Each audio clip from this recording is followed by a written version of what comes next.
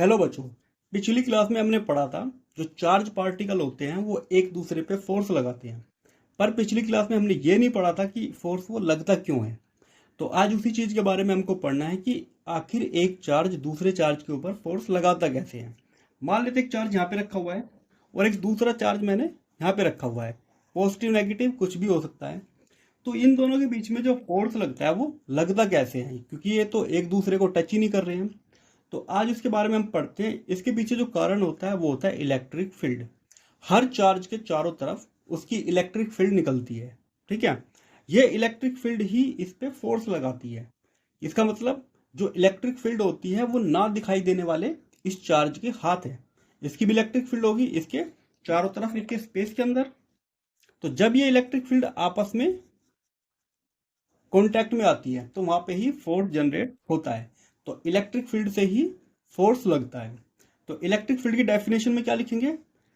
इसमें लिखेंगे it is the space around a charge where it can apply electric force electric force to other charge. ठीक है। तो जब कोई बॉडी, ये एक स्पेस होता है किसी भी चार्ज बॉडी के जहां पे वो दूसरे चार्ज पे फोर्स लगा सकता है। फोर्स कुछ भी हो सकता है, अट्रैक्शन या रिपल्शन दोनों में से कोई भी फोर्स हो सकता है। अब बात आती है, चलो ठीक है फोर्स लगाते हैं, तो जो इलेक्ट्रिक फील्ड की इंटेंसिटी होती है, क्योंकि हमने ये पढ़ा है चार्जेस के बीच में जो डिस्टेंस है अगर हम उसको बढ़ाते चले जाएंगे तो लगने वाला फोर्स भी कम हो जाएगा। इसका मतलब इलेक्ट्रिक फील्ड की जो इंटेंसिटी है इसके पास ज़्यादा होगी। जैसे जैसे हम दूर चले जाएंगे तो इलेक्ट्रिक फील्ड इंटेंसिटी भी कम होती रहती है। तो हमें वही चीज़ कैलकुलेट करनी है। तो उसको कैलकुलेट करने के लिए मान लेते हैं हमको इस चार्ज की इलेक्ट्रिक फील्ड को कैलकुलेट करना है कि वो डिस्टेंस के साथ कैसे चेंज हो रही है। तो हम क्या करेंगे, एक टेस्ट चार्ज को यहाँ पे लेके आएंगे। छोटा सा चार्ज है यहाँ पे रखा हुआ है। यहाँ पे क्यों रखते हैं? ताकि इस चार्ज के फोर्स से इसकी पोजीशन बिगड़नी नहीं चाहिए, ताकि इनका इसका कॉन्फ़िगरेशन सेम बना रहे। ये सिर्फ टेस्ट करने के लिए होता है। इसको हम इस पॉइंट पे रखते हैं, आर डिस्टेंस पे। तो हम यहाँ पे मेजर करते हैं कि इस चार्ज के ऊपर कितना फोर्स ये वाला लगा रहा है। मान लेते हैं कि ये सेम नेचर का है, ये पॉजिटिव है ये भी पॉजिटिव है, तो फोर्स लगेगा इस तरफ। मैं ई लिख लेता हूँ, ई का मतलब होता है इलेक्ट्रिक। ना भी लिखोगे चल जाएगा। अच्छा, अब देखो जो इन दोनों चार्जेस के बीच में फोर्स है वो आ जाता है 1/4 पाई एप्सिलॉन नोट। अभी हम मान के चलते हैं कि इन दोनों के बीच में ये सिस्टम जो है पूरा वैक्यूम में रखा हुआ है। दोनों चार्ज की मल्टीप्लाई करते हैं Q naught divide by are square. ठीक है। अब हमें यहाँ पे इलेक्ट्रिक फील्ड इंटेंसिटी निकालनी है। तो इलेक्ट्रिक फील्ड जो इंटेंसिटी होती है वो होती है फोर्स अपॉन चार्ज। ठीक है। इस चार्ज के ऊपर कितना फोर्स लग रहा है। तो हम क्या करेंगे, ये जो फोर्स है इलेक्ट्रिक फोर्स इसको डिवाइड करेंगे क्यू नोट से। तो ये वाली जो टर्म है वो हट जाएगी। तो इलेक्ट्रिक फील्ड आएगी हमारे पास 1/4 पाई epsilon naught 2 divide by are square. ठीक है। तो इस पॉइंट पे इलेक्ट्रिक फील्ड कितना है, इतना। हम ये भी कह सकते हैं, इसी फॉर्मूले को हम ये भी बदल सकते हैं कि इलेक्ट्रिक फोर्स होता है क्यू ई। ठीक है। इसके ऊपर क्वेश्चन पूछे जाते हैं। अब बात आती है इसकी एसआई यूनिट। अगर मैं लिखूं एसआई यूनिट, तो फोर्स की क्या होती है, न्यूटन, और इसकी होती है पर कूलम। ठीक है। डायमेंशन लिखने की कोई जरूरत नहीं है, वो 11th का काम था। अगर मान लेते हैं, मैं एक एग्जांपल से बात करता हूं, ये चार्ज है, यहाँ पे इलेक्ट्रिक फील्ड जो है वो 10 न्यूटन पर कूलम है। ठीक है। अगर मैं यहाँ पे जो टेस्ट चार्ज है वो अगर मैं 2 माइक्रो कूलम का रखूं तो कितना फोर्स उस पर लगेगा ये भी मैं कैलकुलेट कर सकता हूं। एक नंबर में क्वेश्चन आता है कि अगर ये जो टेस्ट चार्ज है अगर मैं 2 माइक्रो कूलम का यहाँ पे रखूं और इस चार्ज की इलेक्ट्रिक फील्ड यहाँ पे 10 न्यूटन पर कूलम है। अब यहाँ पे चार्ज की वैल्यू देने की कोई जरूरत नहीं, उन्होंने कंबाइंड ये इलेक्ट्रिक फील्ड दे दी है। तो कितना फोर्स लगेगा, तो फोर्स कैलकुलेट करूंगा मैं, इसकी मल्टीप्लाई 2 × 10⁻⁻6 और यहाँ पे इलेक्ट्रिक फील्ड है 10, तो ये हो जाएगा 2 × 10⁻⁻5 न्यूटन। तो यहाँ पे जो फोर्स लगेगा वो इतना लगेगा, ठीक है। तो कई क्वेश्चन में आपको इलेक्ट्रिक फील्ड दे देंगे और फिर वहाँ पे फोर्स कैलकुलेट करने के भी निकालते हैं। ये तो हो गया, चलो ठीक है, इलेक्ट्रिक फील्ड है। पर अभी भी यहाँ पे एक चीज़ मिसिंग है। अभी हमने पढ़ा कि इलेक्ट्रिक फील्ड इंटेंसिटी, ठीक है, यहाँ तक आती है, इलेक्ट्रिक फील्ड यहाँ पे बनता है। पर इलेक्ट्रिक फील्ड की स्ट्रक्चर क्या होती है, किस फॉर्म में वो इलेक्ट्रिक फील्ड होता है, वो लाइन होती है, डॉट होते हैं, किस टाइप से होता है, उस चीज को हमको देखना है। अब देखो बच्चों, जो इलेक्ट्रिक फोर्स लगता है वो लाइंस की तरह लगता है, इनको कहते हैं इलेक्ट्रिक फील्ड लाइन, जो चार्ज के अंदर से निकलती है, ठीक है। चार्ज के अंदर से नहीं कह सकते, चार्ज बॉडी के सरफेस से निकलती है, ठीक है। कभी भी कोई अगर कंडक्टर है, कंडक्टर के सरफेस से हमेशा इलेक्ट्रिक फील्ड निकलती है, क्योंकि सरफेस पे ही सारा चार्ज एक्यूमुलेट होता है, ठीक है। अब अगर पॉजिटिव सिंगल चार्ज है तो उससे बाहर की तरफ इलेक्ट्रिक फील्ड निकलती है। अगर नेगेटिव चार्ज है तो अंदर की तरफ, डायरेक्शन जो होती है वो अंदर की तरफ होती है। और अगर दोनों का एक कंबाइंड एक पूरा सिस्टम है, पॉजिटिव और नेगेटिव चार्ज का, तो जो लाइंस होती है वो ऐसे स्मूथ कर्व बनाती है। यहाँ पे कहीं भी शार्प एज नहीं देखने को मिलेगा, बिल्कुल स्मूथ कर्व होता है पॉजिटिव से नेगेटिव की तरफ। पर ये ध्यान रखना, ये जो बॉडी है, कोई बॉडी तो होगी, इसके अंदर इलेक्ट्रिक फील्ड नहीं होती कभी भी, तो इसके सिर्फ सरफेस से ही निकलेगी, ठीक है। अब ये तो हम ऊपर से देख रहे हैं, अगर हम इसको साइड से देखें तो ये एक सिलेंडर टाइप का हमको दिखाई देगा। एक नंबर में क्वेश्चन पूछा जाता है कि अगर इस टाइप का, इसको डाइपोल कहते हैं, एक पॉजिटिव और एक अगर नेगेटिव चार्ज है तो उसको डाइपोल हम कहते हैं। और डाइपोल की इलेक्ट्रिक फील्ड जो बनती है वो सिलेंड्रिकल बनती है। अगर हम इसको साइड में से आके देखेंगे तो हमको एक सिलेंडर बना हुआ दिखाई देगा, ठीक है। तो इलेक्ट्रिक फील्ड ऐसे लगती है। जब दो इलेक्ट्रिक फील्ड आपस में टकराती है, मान लेते ये दोनों चार्जेस है, यही मैंने उठा के यहाँ पे बना दिए। अब देखो, इसकी लाइंस और इसकी लाइन बिल्कुल आपस में ज्वाइन कर लेती है, कभी भी ऐसा कोई क्रॉस नहीं बनेगा, ऐसा कभी भी नहीं बनता। ये दोनों लाइन मिलके स्मूथ कर्व बना लेती है। तो ये लाइन ऐसे और ये वाली इधर से बनेगी, बिल्कुल स्मूथ। ये लाइन के टकराने से ही इलेक्ट्रिक फोर्स लगता है, ठीक है। अब हम चलते हैं, इन लाइन की क्या प्रॉपर्टी होती है। प्रॉपर्टी सिंपल है, पॉजिटिव चार्ज से बाहर की तरफ निकलती है, नेगेटिव चार्ज में अंदर की तरफ आती है। दूसरा, ये एक स्मूथ भी होती है और फ्लेक्सिबल भी होती है, ठीक है, जैसे इलास्टिक बॉडी होती है। तो ये कंप्रेस भी हो सकती है, खिंच भी सकती है। दूसरा, अगर चार्ज ज्यादा स्ट्रोंग होगा, स्ट्रोंग का मतलब उससे ज्यादा इलेक्ट्रॉन या तो जा चुके हैं या ज्यादा इलेक्ट्रॉन उसके पास अवेलेबल है, तो ये इलेक्ट्रिक लाइन्स काफी पास होती है, कंजेस्टेड होती है। और अगर चार्ज कम है तो लाइनें दूर दूर होती है। एक और बात याद रखना, हमेशा सरफेस से 90 डिग्री का एंगल बनाती है, ठीक है। तो ये इस सरफेस से हमेशा, देखने में लग रहा होगा कि एंगल 90 डिग्री नहीं है, पर हमेशा सरफेस से 90 डिग्री का एंगल बनाती है, इस केस में भी, ठीक है। तो इलेक्ट्रिक फील्ड पहले थोड़ी सी ऊपर जाती है, फिर कर्व बनाती है, तो हमेशा 90 डिग्री का ही एंगल बनता है। यहाँ पे देखने में नहीं लग रहा होगा, पर एक्चुअल में 90 डिग्री ही एंगल सरफेस के साथ बनता है हमेशा। अब इसकी प्रॉपर्टी देख लेते हैं। पहली प्रॉपर्टी है, पेपर में हमेशा पूछी जाती है, electric field lines are continuous curve. Continuous होती है, जैसे कि मैंने अभी बनाई थी। मान लेते हैं कि इलेक्ट्रिक फील्ड है वो इस टाइप से जा रही है, ठीक। यहाँ पे कहीं पे मान लेते हैं पॉजिटिव चार्ज रखा हुआ है इस टाइप से, ठीक, और यहाँ पे नेगेटिव चार्ज रखा है। जरूरी नहीं नेगेटिव चार्ज रखो, पर मान लेता हूं मैं नेगेटिव चार्ज यहाँ पे रखा हुआ है, तो पॉजिटिव से नेगेटिव की तरफ जा रही है। ये बिल्कुल स्मूथ कर्व है, ठीक। पर electric field line do not form continuous close curve. Close का मतलब यहां तक जाएगी और यहां तक जाएगी, ये यहां से स्टार्टिंग पॉइंट है, यहाँ पे टर्मिनेट है, पर इस मटेरियल बॉडी के अंदर नहीं जाती। यहां से शुरू होगी, इसके पास जाएगी, पर अंदर नहीं जाएगी। यहां से जाएगी, इसके पास जाएगी, पर अंदर नहीं जाती, ठीक है। मैग्नेटिक फील्ड जो है मैग्नेट के अंदर से निकल जाती है, वो एक कंटिन्यूअस और क्लोज कर्व बनाती है, पर इलेक्ट्रिक फील्ड नहीं बनाती। पेपर में क्वेश्चन आ जाता है ये। दूसरी बात, अगर हम टेंजेंट ड्रॉ करें किसी भी पॉइंट पे, हमको इलेक्ट्रिक फील्ड की डायरेक्शन बतानी है। मान लेते हैं इस पॉइंट पे अगर मैं टेंजेंट ड्रॉ करूं, तो ये हो गई डायरेक्शन इलेक्ट्रिक फील्ड की इस पॉइंट के ऊपर। अगर मैं इस पॉइंट पे देखूं, तो इस पॉइंट पर अगर टेंजेंट ड्रॉ करूंगा तो इलेक्ट्रिक फील्ड आ जाएगी डायरेक्शन ये। मतलब अगर यहाँ पे कोई चार्ज रखोगे तो वो इस तरफ फोर्स लगेगा, ठीक है। यहाँ पे रखोगे इस तरफ, यहाँ पे रखोगे तो फोर्स लगेगा इस तरफ, ठीक है। क्रॉस नहीं होता, वो अलग बात है, वो बस मैंने दिखाने के लिए क्या है। Tangent to the line at a point give the direction of electric field intensity. तो उस पॉइंट पे वो इलेक्ट्रिक फील्ड की डायरेक्शन हमको बताता है। तीसरा, no two lines intersect each other. कोई भी दो लाइन हमेशा कभी भी इंटरसेक्ट नहीं करती। जैसे कि इन दोनों की अपनी खुद की इलेक्ट्रिक फील्ड होती है, पर दोनों मिलके एक ही लाइन बना लेती हैं। ऐसा क्यों करते हैं?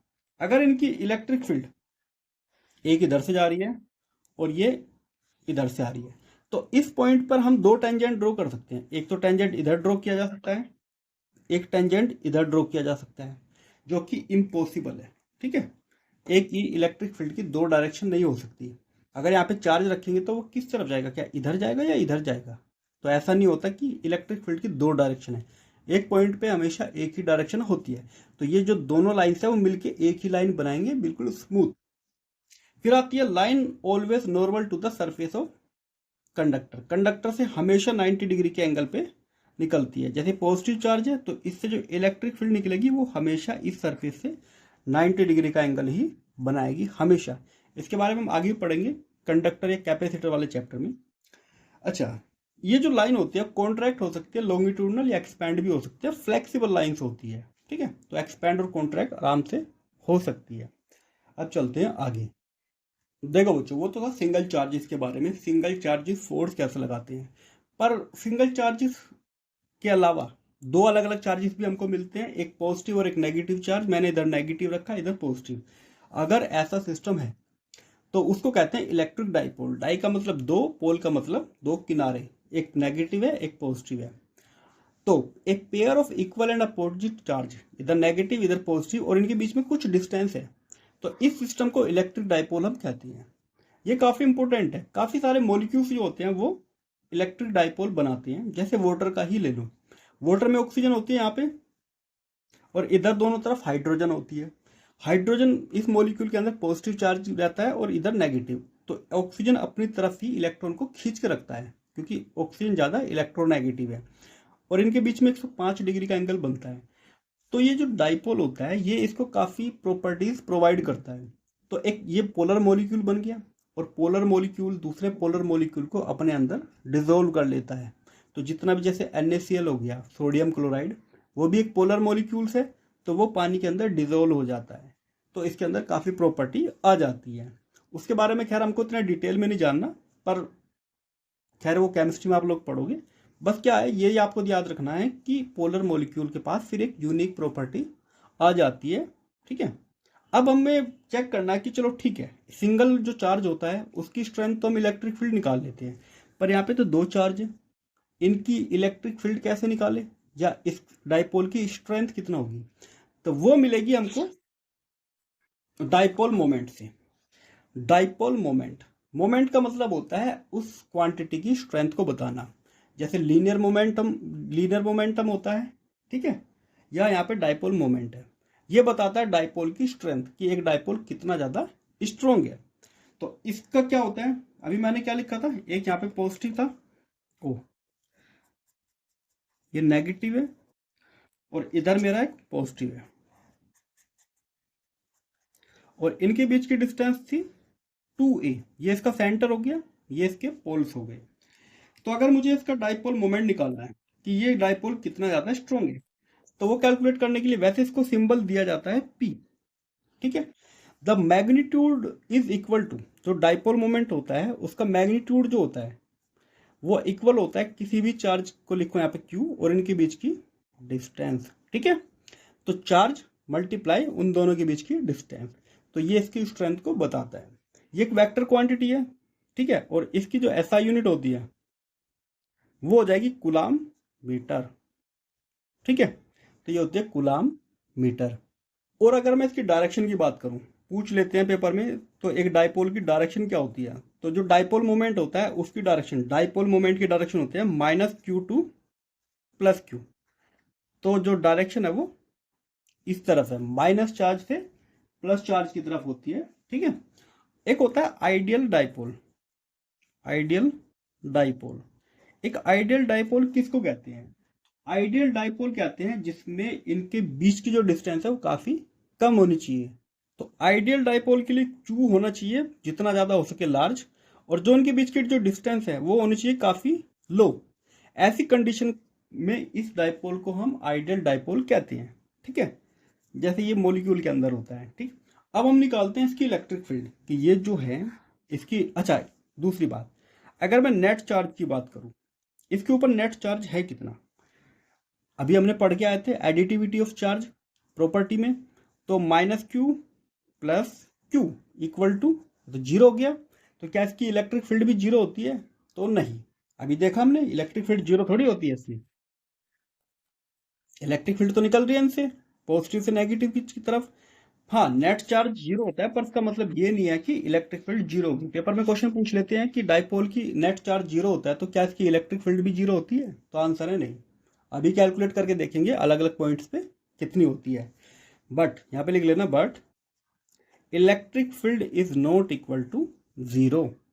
अब हम कैलकुलेट करते हैं इलेक्ट्रिक फील्ड दो अलग अलग पॉइंट पे। एक पॉइंट रखा हुआ है इसी के बिल्कुल एक्सल पॉइंट पर, और एक इसके इक्वेटोरियल पॉइंट पे, और हम वहां पे बताएंगे इसकी मैग्नीट्यूड। अब देखो बच्चों, हमें निकालनी है फील्ड इंटेंसिटी। ये एक डाइपोल है हमारा, माइनस क्यू चार्ज है प्लस क्यू है, दोनों के बीच का डिस्टेंस हो गया 2a, यहाँ पे a और यहाँ पे भी e, इसको o मान लेते हैं। यहाँ पे मैंने +1 चार्ज रखा है, माइक्रो कुलाम भी हो सकता है, कुलाम भी हो सकता है, बस हमको यूनिट चार्ज यहाँ पे लेना है, बस हमको पता लगाना है। ये पॉइंट हो गया P, ये चार्ज ज़्यादा पास में है तो इसका इम्पैक्ट ज़्यादा रहेगा यहाँ पे। मान लेते हैं इसकी इलेक्ट्रिक फील्ड जा रही है बाहर की तरफ, ये पॉजिटिव चार्ज है, ये भी पॉजिटिव है, तो इसको बाहर की तरफ पुश करेगा, ये इलेक्ट्रिक फील्ड हो गई E2। ये चार्ज दूर है तो इसका इम्पैक्ट कम होगा, पर ये क्या करेगा, अट्रैक्शन लगाएगा अपनी तरफ। तो ओवरऑल ये जो है इलेक्ट्रिक फील्ड जो 2 है, सीधी सी बात है ज़्यादा होगा इलेक्ट्रिक फील्ड 1 से, तो जो नेट होगा हमारा इलेक्ट्रिक फील्ड वो इसी डायरेक्शन में होगा, हमें वही कैलकुलेट करना है। तो इलेक्ट्रिक फील्ड जो नेट आएगा वो आएगा E2 माइनस E1। ठीक, अब E2 E1 निकाल लेते हैं। सबसे पहले हम निकालते हैं E1। के मैंने लिख लिया, बार बार 1/4πε0 लिखने की जरूरत नहीं है, हम के लिख लेते हैं। ये चार्ज हो गया हमारा Q, माइनस भी लिखने की जरूरत नहीं है। इन दोनों के बीच में डिस्टेंस कितना है, यहाँ से यहाँ तक कितनी है R, और ये कितना है E, तो ये हो जाएगा हमारा R plus a whole square. ठीक, उसी तरह निकालेंगे हम E2। E2 हो जाएगा K Q, ये पूरी R है और इसमें से A को माइनस करेंगे तो ये बची हुई आ जाएगी, तो ये हो जाएगा R minus a whole square. ठीक, रख देते हैं इस वाले फॉर्मूले में नेट निकालने के लिए। अच्छा देखो, चलो पहले लिख ही लेता हूं मैं, के q are minus a whole square minus के q r plus a whole square. ठीक, के क्यू दोनों के पास है, बाहर ले लेते हैं। ये ध्यान रखना स्मॉल क्यू है, तो यहां पे आ जाएगा 1 minus r minus a whole square r plus a whole square. ठीक है, इन दोनों की मल्टीप्लाई एलसीएम लेना पड़ेगा और फिर क्रॉस मल्टीप्लाई, तो ये आ जाएगा हमारा E net k q r plus a whole square r minus a whole square, और नीचे आ जाएगा r minus a whole square r plus a whole square. ठीक है, यहाँ तक तो कोई डाउट नहीं होना चाहिए। अब यहाँ पे हम प्रॉपर्टीज लगाते हैं, इसको पूरे को मानो ए स्क्वायर माइनस बी स्क्वायर का फॉर्मूला क्या होता है, ए प्लस बी ए माइनस बी। तो एक बार इन दोनों को प्लस करके लिखेंगे और एक बार माइनस करके, तो r plus a plus r minus a, ये तो हमने प्लस करके लिखा, फिर इनको माइनस करके आर प्लस ए, माइनस से इसके साइन बदल जाएंगे तो माइनस ए प्लस ए। अब देखो इन दोनों के पास स्क्वायर है, इसको बाहर ही ले लेते हैं, तो ये हो जाएगा r minus a r plus a, तो इसका जो स्क्वायर है हमने बाहर ही ले लिया। अब देखो यहाँ पे ए कैंसिल आउट हो गया और यहाँ से आर कट गया, तो ये हमारा आएगा के क्यू, यहाँ से मिला हमको 2r। ठीक, और यहाँ से मिलेगा 2a। अब यहाँ पे भी आइडेंटिटी लगेगी, तो ये हो जाएगा r square minus a square whole square. ठीक है, अब देखो Q और 2a ये मिलके क्या बनाएंगे, डाइपोल मोमेंट। तो इन दोनों की जगह हमको क्या ले लेना है, P, तो ये हो जाएगा हमारा के P। ये 2 जो बचा है इसको मैं बाहर ले लेता हूँ और यहाँ पे आ जाएगा R divide by are square minus a square whole square. ये आ गया हमारा ई नेट। ठीक है, ये याद रखना, काफी इंपॉर्टेंट फॉर्मूला है। ठीक, अब चलते हैं आगे। अच्छा, तो एक छोटी सी बात आप याद रखो, अगर ये जो ए जो है वो काफी स्मॉल है, आर काफी बड़ा है, तो इसमें क्या होगा, ए स्क्वायर को नेग्लेक्ट कर देंगे। ठीक, ये नेग्लेक्ट हो गया तो आर की पावर ऊपर कितना हो गई, नीचे 4, और 4 से एक पावर कटेगी तो नीचे बचेगा 3। तो इलेक्ट्रिक फील्ड हम नेट ऐसे भी निकाल लेते हैं, ये शॉर्ट में आ जाता है ताकि आपको इस पे क्वेश्चन आते हैं। तो आर से कट जाएगा तो ये आ जाएगा 2kp आर क्यूब। तो ये आ जाता है इसका फॉर्मूला, जब ए जो है काफी कम हो आर के कंपैरेटिवली। ठीक, अब आते हैं, अगर हम इसी डिस्टेंस पे, जो आर डिस्टेंस हमने ये ली थी सेंटर से, अगर इसको हम परपेंडिकुलर डायरेक्शन में ले, तब कितनी इलेक्ट्रिक फील्ड बनेगी वो हमको देखना है। अब देखो बच्चों, अब इसको कहते हैं इक्वेटोरियल पॉइंट, जो इक्वल डिस्टेंस पे दोनों से है। ये आर हो गई, ये क्या होती है हमारी ए, ये भी ए हो गई। तो पाइथागोरस लगा के ये आ जाएगी हमारी r square plus a square, same ये वाली डिस्टेंस है। ठीक, अब इसका यूज करना है हमको, दोनों सेम डिस्टेंस पे रखे हैं, ये जो डिस्टेंस है दोनों की सेम ही है, और चार्ज की स्ट्रेंथ भी सेम है, तो लगने वाला इलेक्ट्रिक फील्ड भी सेम ही रहेगा। तो हम यहाँ पे लिखेंगे E1 जो होगा वो E2 के बराबर होगा, मैग्नीट्यूड जो है खासकर। ठीक है, अब क्योंकि नेगेटिव चार्ज है, यहाँ पे जो चार्ज रखा हुआ है उसको तो ये अपनी तरफ खींचेगा, तो फोर्स ऑफ अट्रैक्शन लगेगा, ये चार्ज इसको रिपेल करेगा तो बाहर की तरफ। इन दोनों वेक्टर के बीच में इनका रिजल्टेंट जाएगा बीच से थीटा एंगल के साथ। ठीक है, जो थीटा यहाँ पे बना हुआ है वही थीटा यहाँ पे बनेगा, अल्टरनेट एंगल हो गए, ये थीटा इक्वल है। ठीक है, अब हमें E1 एक ही कैलकुलेट कर लेंगे तो हम बाकी दूसरा भी निकाल सकते हैं, या मैं इसको E के बराबर मान लेता हूँ और ये मान लेता हूँ मैं E नेट। ठीक है, अब मुझे E कैलकुलेट करना है, तो E हो जाएगा मेरा हाँ, के चार्ज कितना है Q डिवाइड बाय कितना डिस्टेंस है ये पूरी, ये, और इसका स्क्वायर करेंगे तो अंडर रूट हट जाएगा, तो r square plus a square simply. अब निकालना है मुझको ई नेट। ई नेट कितना होगा, देखो इसका कंपोनेंट इस डायरेक्शन में जाएगा, इसका भी कंपोनेंट इस डायरेक्शन में जाएगा। तो अब यहाँ पे ध्यान से देखो, इस चार्ज का कंपोनेंट इधर जाएगा तो वो हो जाएगा E2 कोस थीटा, इसका कंपोनेंट इधर जाएगा तो ये हो जाएगा E1 कोस थीटा। क्योंकि E1 E2 तो सेम ही है, तो हम इसको लिख सकते हैं 2E कोस थीटा। ठीक है, तो बस वैल्यूज पुट करनी है, ये हो जाएगा हमारा आंसर। तो के, हाँ 2 भी तो रहेगा यहाँ पे, 2k Q r square plus a square, cos theta यहाँ से निकालेंगे, बेस डिवाइड बाय हाइपोटेनस, तो बेस हमारा ए हो गया और हाइपोटेनस हो गया under root r square plus a square. ठीक है, अब देखो इसको हम क्या लिख सकते हैं, ये 2 को मैं इसके साथ लिख लूँ तो KQ2A, ये दोनों सेम है तो पावर हो जाएगी इसकी 3, यहाँ पे इसकी पूरी की पावर 1 है और 1/2, तो पावर हो जाएगी यहाँ पे 3/2। ये तो डाइपोल मोमेंट बन गया, पूरी टर्म जो है ये क्या बन गई हमारी P, इसी को कहते हैं डाइपोल मोमेंट। तो यहाँ पे लिखेंगे KP r square plus a square divide 3/2। ठीक है, और डायरेक्शन रहेगी पैरेलल। ठीक है, जैसे ये डाइपोल की एक्सिस है इसी के पैरेलल इलेक्ट्रिक फील्ड रहेगी। अच्छा, वही वाला केस हम यहाँ पे करते हैं, अगर हमारा जो ए है वो लेस देन है आर से, तो फिर से नेग्लेक्ट करते हैं, तो ए स्क्वायर को कर देंगे नेग्लेक्ट। तो ये वाला फॉर्मूला बनेगा हमारा जो ई नेट है,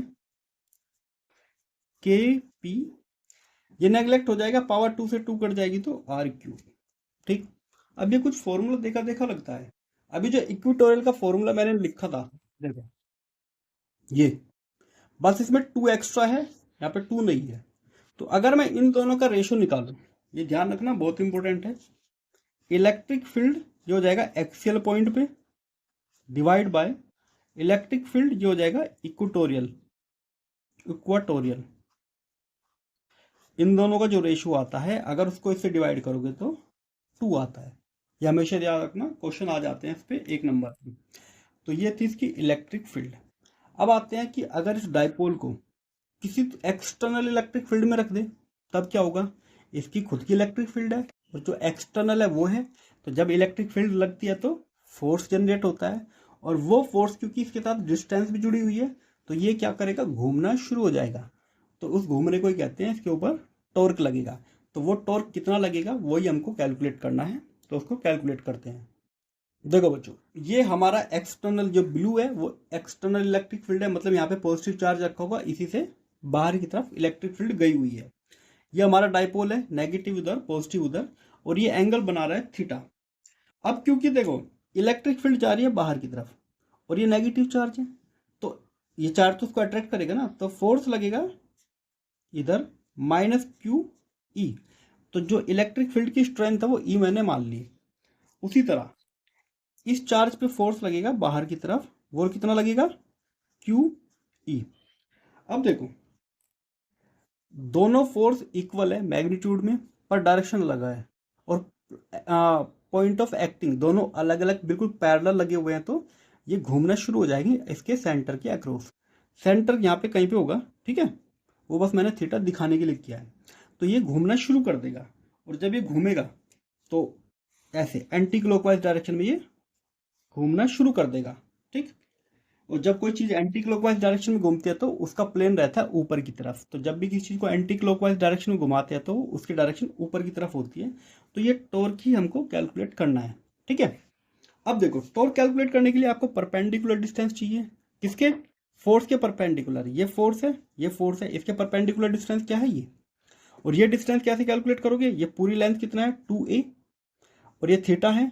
तो यहाँ पे जब हम कंपोनेंट ऑफ वेक्टर करते हैं तो ये तो आ जाएगी 2a cos थीटा, और ये जो पूरी लेंथ है ये कितना आ जाएगी 2a sin थीटा। तो हमेशा परपेंडिकुलर डिस्टेंस ली जाती है। तो यहाँ पे आपको एक लाइन लिखनी है, when dipole placed in external electric field equal and opposite force at different line of action, equal and opposite parallel force भी लिख सकते हो, parallel force at different line of action generate torque, ठीक है। तो ये टॉर्क यहाँ पे जनरेट होता है, कितना होता है, टॉर्क होता है हमारा फोर्स इनटू लीवर आर्म, ठीक है। ये आपने 11th क्लास में पढ़ा होगा, फोर्स इनटू लीवर आर्म, ये हमारा फोर्स वो होता है टॉर्क। तो फोर्स कितना लग रहा है यहाँ पे QE, और लीवर आर्म मतलब ये पूरी डिस्टेंस 2a sin थीटा, ठीक है। Q और 2a को साथ में रख लो, Q इंटू 2a, E बाद में और sin थीटा अलग, ये वापस से क्या बन गया, डाइपोल मोमेंट। तो torque equal to PE sin theta, ठीक है। अगर वेक्टर में लिखना चाहो तो जब भी sin थीटा होता है तो वहां पे क्रॉस प्रोडक्ट लगा देते हैं, ठीक है। इलेक्ट्रिक फील्ड वर्टिकल जा रही है, ये किस डायरेक्शन में जा रहा है, पॉजिटिव टू नेगेटिव। तो जो टॉर्क की डायरेक्शन होगी वो एंटी क्लॉकवाइज घूम रहा है, तो अगर टॉर्क ऐसे लगता है, ठीक है, एंटी क्लॉकवाइज, तो डायरेक्शन होती है अपवर्ड टू प्लेन, ठीक है। हमेशा कोई भी चीज जो एंटी क्लॉकवाइज डायरेक्शन में घूमती है तो उसकी डायरेक्शन ऊपर की तरफ आती है। तो ये था बच्चों हमारा इलेक्ट्रिक डाइपोल। अगली वीडियो में हम पढ़ेंगे इलेक्ट्रिक फ्लक्स के बारे में, बहुत इंपॉर्टेंट क्लास है, बहुत क्वेश्चन आते हैं उससे, ठीक है। इससे रिलेटेड अगर आपको कोई भी डाउट है तो आप हमसे कमेंट में पूछ सकते हैं, और इस चैनल को सब्सक्राइब कीजिए, इस पर आपको पूरा फिजिक्स मिलेगा, ठीक है। फिजिक्स के साथ साथ आपको मैथ की क्लास भी इस पर मिलेगी। काफ़ी इंपॉर्टेंट क्वेश्चन जो प्रीवियस ईयर में आए हुए हैं मैथमेटिक्स के, वो भी हम वहाँ पे डिस्कस करेंगे, ठीक है। तो मिलते हैं अगली वीडियो में।